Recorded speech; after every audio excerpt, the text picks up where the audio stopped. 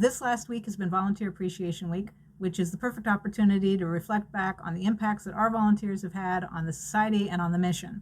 We have so many great people that give their time and their energy and their brain power to FMPS from the 33 chapters across the state.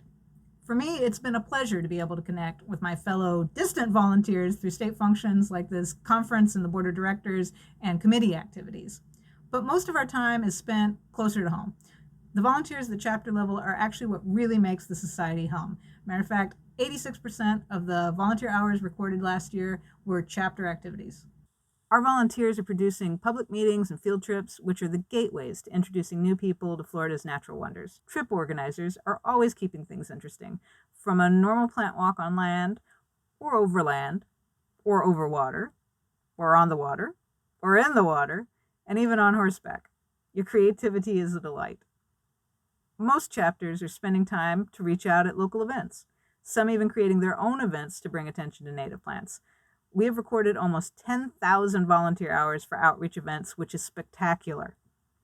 Many chapters have plant sales and home tours, have sponsored native demo gardens, or provided funding for native landscapes. These gardens move the perception of native plants and what is becoming the new normal in landscaping. Our chapters are advocating to local governments about preservation and awareness. And almost every chapter has been sowing seeds on social media using Instagram, Facebook, tweeting, posting videos on YouTube, and even spreading the message on Pinterest and TikTok. Chapters are also out in the field doing conservation work, plant rescues and plant monitoring, restoration work, invasive plant removal and trash cleanup, even creating whole new preserves. Volunteers are making the mission happen. And of course, last but not least, our board members who dedicate their time and get this all done.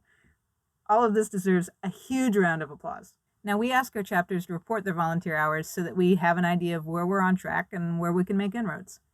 The hours also demonstrate to donors that their funds are well invested in a committed organization. 76% of the reported hours were for mission-related work. Overall, over 63,300 volunteer hours were reported in 2022, almost double the hours reported the year before.